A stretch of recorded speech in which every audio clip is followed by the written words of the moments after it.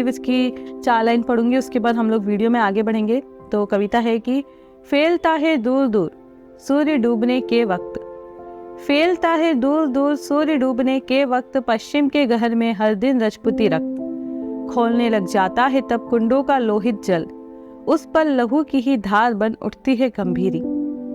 चित्तौड़ दुर्ग के ऊपर है कि वहाँ कैसा दिखता है जब आप जाते हैं तो वहाँ का माहौल वगैरह। तो ये उनकी प्रथम काव्य संग्रह थी। लेकिन अच्छा, उस पर आते हैं कि मैं इस किताब से मिली कैसे, क्योंकि ये भी एक दिलचस्प वाकया है और जब आप उसको सुनेंगे तो सच में एक मज़ेदार है। तो ऐसा हुआ कि मैं छुट्टियों में अपनी नानी के यहाँ, मतलब मैं अपनी मम्मी के यहाँ आई हुई थी।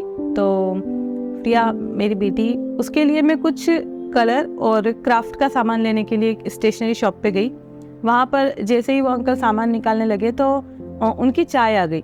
तो मैंने उन्हें कहा कि आप पहले चाय पी लीजिए, उसके बाद में आप सामान निकाल दीजिएगा। तो वो चाय पीने लगे और मैं अपनी आदत के हिसाब से इधर उधर देखने लगी।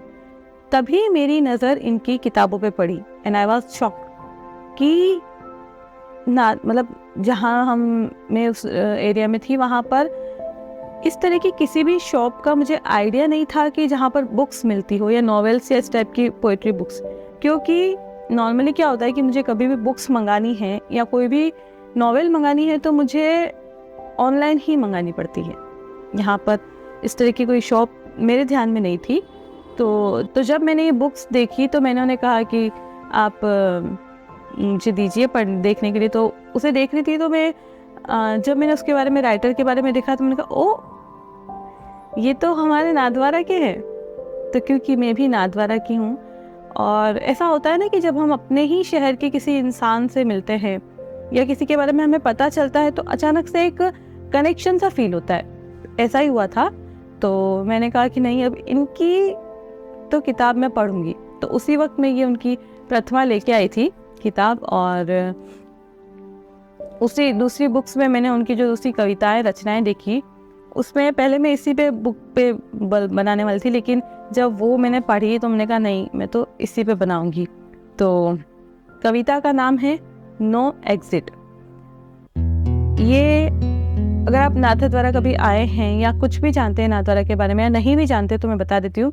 नाथद्वारा में एक बनास है, बनास के पुल के एक तरफ शमशान है और एक तरफ बनास बहती है। उसको लेकर इन्होंने कविता लिखी है। और जब आप किसी जगह से जुड़े होते हैं तो उसके ऊपर कुछ भी लिखा आप उससे कनेक्ट कर पाते हैं। तो कविता है कि बनास के पुल से पहले मार्ग एक जाता है दक्षिण को, बनास के पुल से पहले मार्ग एक जाता है दक्षिण को और एक उत्तर को।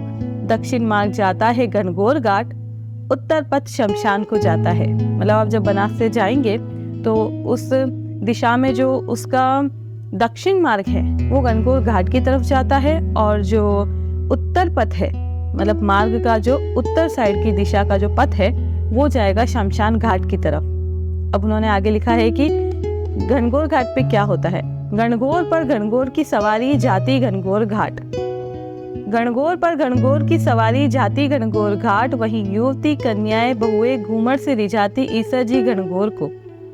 जरोखे में बैठे रहते मन चले गोस्वामी, जो किसी भी सुंदरी को अपने महल से बुला सकने की सामर्थ्य कभी रखते थे। समझे? नहीं।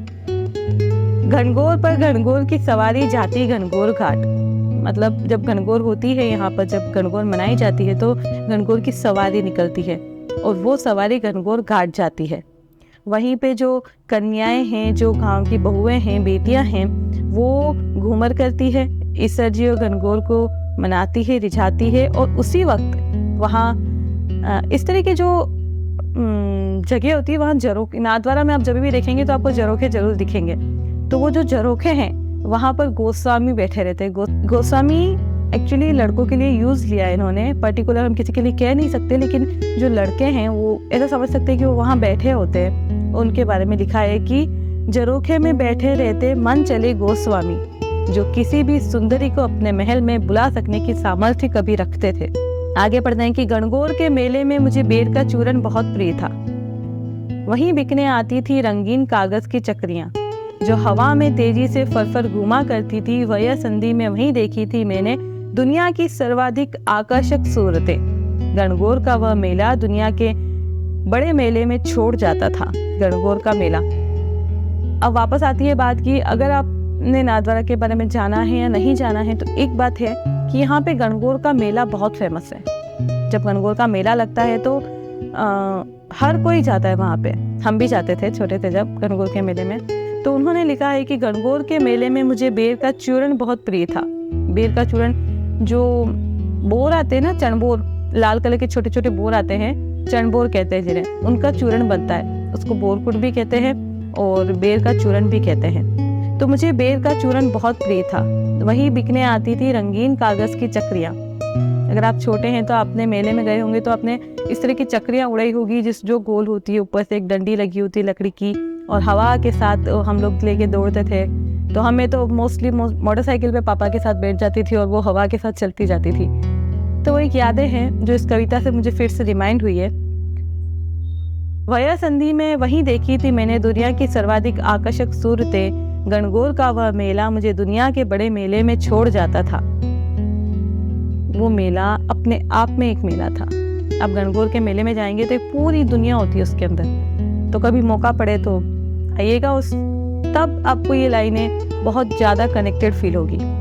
चलिए, आखिर की लाइन है कि अब जब मैं देखता हूँ कभी अपने इस घनघोर घाट को, अब जब मैं देखता हूँ कभी अपने इस घनघोर घाट को, जो मॉल और बाजारों के सामने अपना आकर्षण खो चुका है, तब मुझे उसके ऊपर हवा में कहीं लिखा हुआ दिखता है नो एग्जिट, जबकि पुल के दूसरी ओर के आकाश पर दिखाई पड़ जाता है लिखा कभी कभी एग्जिट।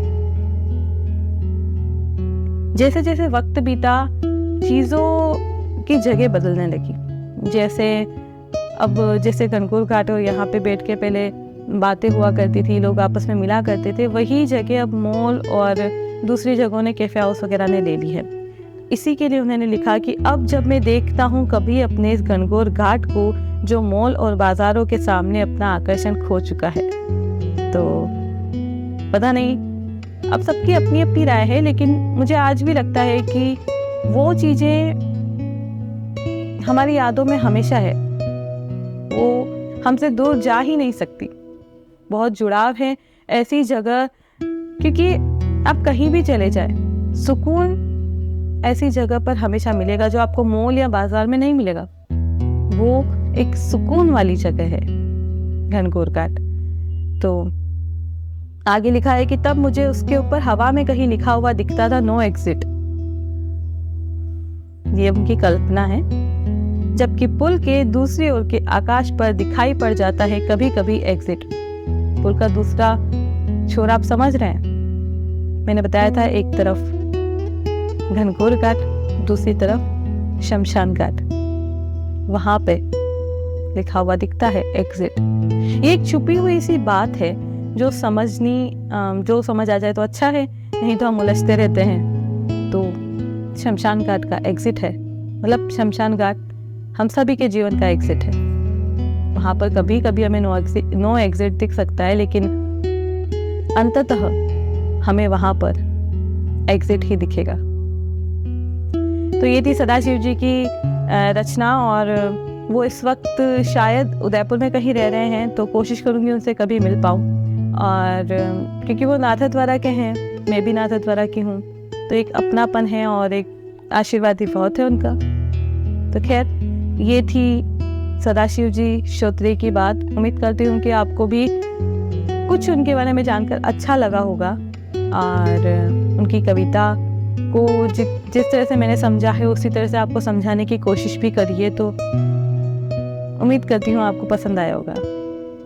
मिलते हैं अगले एपिसोड में, जिसमें हम कुछ हटके बात करेंगे। तो जुड़े रहिए चैनल के साथ, और अगर आपको मेरा चैनल और मेरा कंटेंट